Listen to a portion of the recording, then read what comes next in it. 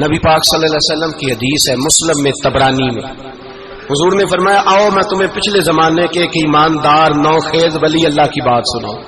پچھلے زمانے حضور نے فرمایا پچھلے زمانے میں ایک بادشاہ جادو کے زور پہ حکومت کرتا تھا۔ جب وہ ایک جادوگر اس نے رکھا ہوا تھا تو جادوگر اس کو جادو بتاتا، وہ جادو کے زور پر حکومت کرتا۔ جادوگر بوڑھا ہو گیا تو کہنے لگا بادشاہ کو نوجوان میرے پاس بھیج دے، اب میں بوڑھا ہو گیا ہوں، میرا پتہ کوئی نہیں کب مر جاؤں۔ ایک نوجوان کی ڈیوٹی لگائی، بڑا زیرک سمجھدار، اپنے رعایا میں سے چن کے جو ذہین فطرت مزاج بچہ تھا وہ اس نے لگایا۔ اللہ کے محبوب علیہ الصلوۃ والسلام فرماتے ہیں بچہ جادو سیکھنے لگا، وقت گزرنے لگا۔ بچہ جب جادو سیکھنے جاتا تو رستے میں ایک راہب بھی تھا جو انجیل جانتا تھا، وہ اللہ اللہ سکھاتا، لوگوں کو حضرت عیسیٰ علیہ السلام کی تعلیمات سے آگاہ کرتا۔ اس نے دیکھا کہ یہاں بھی لوگ اکٹھے ہیں تو وہ بچہ اس راہب کے پاس بھی اٹھنے بیٹھنے لگا۔ اب جب اس کے ساتھ اس کی گفتگو بڑھنے لگی تو اس کو باتوں میں لذت آنے لگی۔ اس نے راہب نے پوچھا کہ تو کون ہے اور کس طرح سے آیا ہے، کیا تیرا معاملہ ہے؟ اس نے کہا جی میں جادو سیکھنے جاتا ہوں، تو آپ کی باتیں مجھے بڑی اچھی لگتی ہیں۔ اس نے کہا دین سیکھ، جادو سیکھنے والے کافر ہو جاتے ہیں، قرآن و حدیث سیکھنے والوں کو اللہ کامل ایمان عطا فرماتا ہے۔ فرمایا یہ سیکھ۔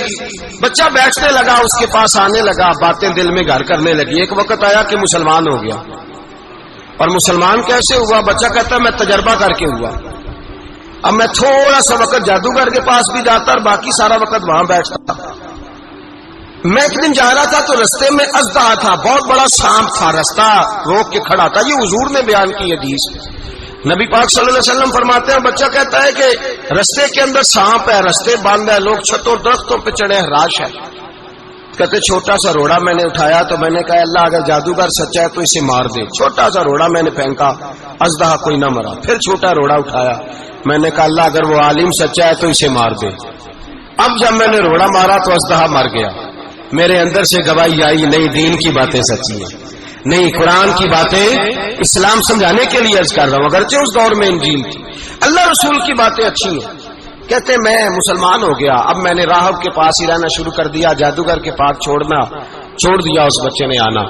بادشاہ پوچھتا کہاں زیادہ وقت گزارتے ہو تو وہ بات گول کر دیتا، وقت تیزی سے بڑھنے لگا۔ اللہ نے اس نوجوان میں طاقت پیدا کر دی، اب وہ اس کے اندر نا اللہ نے توانائی روحانیت پیدا کر دی، ابھی جوان ہے، 14-15 سال عمر ہے۔ اللہ نے اب جو بیمار بھی آتا وہ دعا کرتا تو اللہ صحت عطا کر دیتا، جو بھی آتا۔ بادشاہ کا ایک درباری تھا، بادشاہ کو پنکھا جلتا تھا، وہ اندھا ہو گیا، کوئی ایسی تکلیف آئی کہ نابینا ہو گیا، بڑے علاج کرائے شفا نہیں ہوئی۔ کسی نے اس بچے کا پتہ بتایا کانوں میں، اس کے پاس گیا تو بچہ کہنے لگا شفا تو ہو جائے گی پر کلمہ پڑھنا پڑے گا، مسلمان ہونا پڑے گا، جس پیغمبر کا میں غلام ہوں تجھے بھی بننا پڑے گا، دین پہ عمل کرنا پڑے گا، اللہ شفا دیتا ہے۔ اس نے کہا تو مجھے کلمہ پڑھا، مجھے شفا دے، میں تیار ہوں۔ اس نے کہا شفا تو اللہ دیتا ہے۔ اس نے اللہ تبارک و تعالیٰ کا ذکر کر کے دعا مانگی، یہ مسلم شریف میں حدیث ہے، طبرانی میں موجود ہے۔ اللہ نے اسے شفا دی، اس نے کلمہ پڑھنا شروع کر دیا۔ یہاں ایک نقطہ لکھا ہے ہمارے علماء نے، کہتے ہیں جب اللہ ولایت عطا کرتا ہے نا تو یہ سفید بالوں والے کا حصہ نہیں ہوتی۔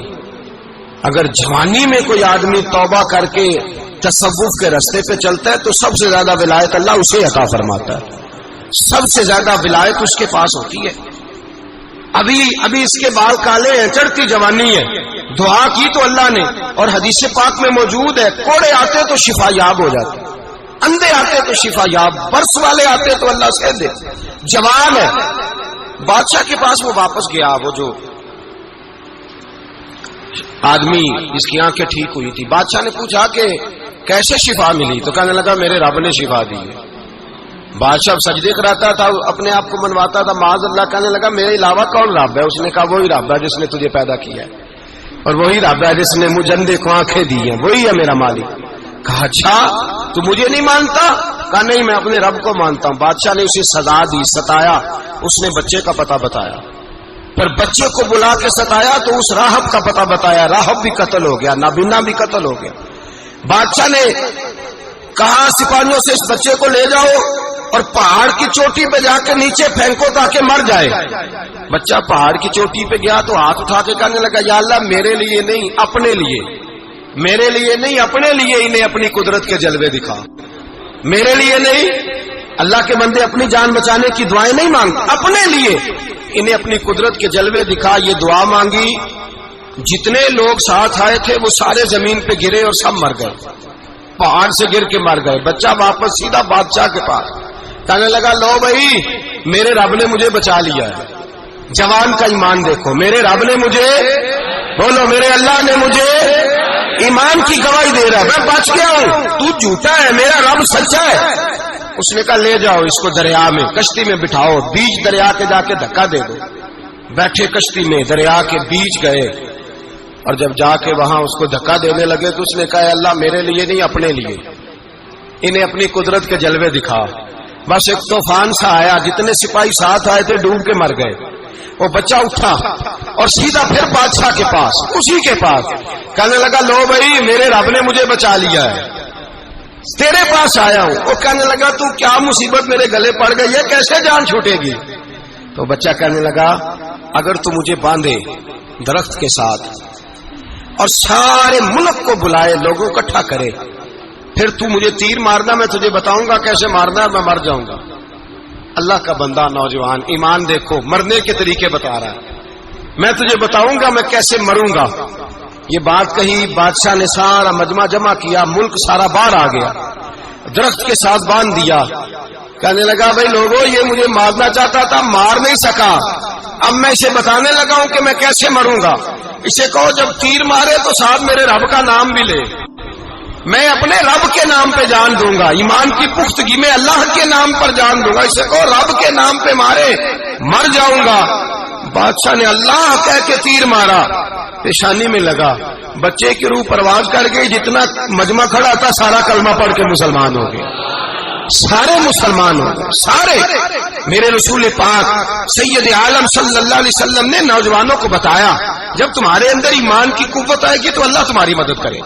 فرمایا وہ نوخیز ولی تھا، ابھی جوان رانا تھا، ابھی اس کی پیشانی پر جوانی کے آثار تھے، لیکن اس نے اللہ کو راضی کیا، رب کریم کو راضی. ولایت کا مطلب بڑھاپا نہیں، ولایت کا مطلب وہ نہیں کہ جب بڑا لمبا وقت گزر جائے تو پھر آدمی آئے کہ نہیں اب کیا کرنا ہے، اب مسجد ہی ہے، اب تو اس کے علاوہ گزارا ہی کوئی نہیں. تو اس وقت کا آنا اللہ کی بارگاہ میں قبول تو ہے، لیکن شاباشی اسی کو ملتی ہے جو جوانی کا وقت آئے، جو عین اس وقت آئے جو وقت میرے رسول پاک علیہ السلام کے غلام عبداللہ ابن عمر، حضرت عبداللہ ابن عمر رضی اللہ تعالیٰ عنہ فرماتے ہیں کہ میں نکلا، مجھے سفر کے لیے جانا تھا، تو تھوڑی سی کھجوریں، تھوڑا سا سرکہ، ایک شہد کی بوتل، چیزیں میں نے سفر کے لیے ساتھ رکھ لی. میں جب مدینے سے باہر صحرا میں نکلا نا تو رمضان نہیں تھا، غیر رمضان تھا. میں نے ایک نوجوان کو دیکھا بکریاں چرا رہا، بکریاں چرا رہا. اے جوان، آپ فرماتے ہیں اس کا چہرہ بڑا نورانیت والا، گرد پڑی ہوئی پر بڑا حسین. فرماتے ہیں میں نے اس کو کہا کہ آ جاؤ کھانا کھا لو، روزے بھی نہیں تھے. کہنے لگا نہیں میں نے روزہ رکھا ہوا ہے. فرماتے ہیں میں نے کہا پتہ کروں کہ نیرا نیک ہی ہے کہ پرہیزگار بھی ہے. نیک وہ ہوتا ہے جو نماز پڑھے روزہ رکھے، پرہیزگار وہ ہوتا ہے جو گناہ سے بچے، وہ پرہیزگار ہوتا ہے. کہا پتہ کروں پرہیزگار بھی ہے کہ نہیں. کہتے میں قریب گیا تو میں نے جا کے اس کو کہا بھائی تیری بکریاں بڑی پیاری ہیں، میرا دل کرتا ہے کہ بکری مجھے دے دو. کہتے وہ جوان، غربت بھی، پریشانی بھی، پر دامان توکل کی یہ خوبی ہے کہ اس پر پابند لگے ہوتے ہیں، دھبے نہیں ہوتے. غربت ہے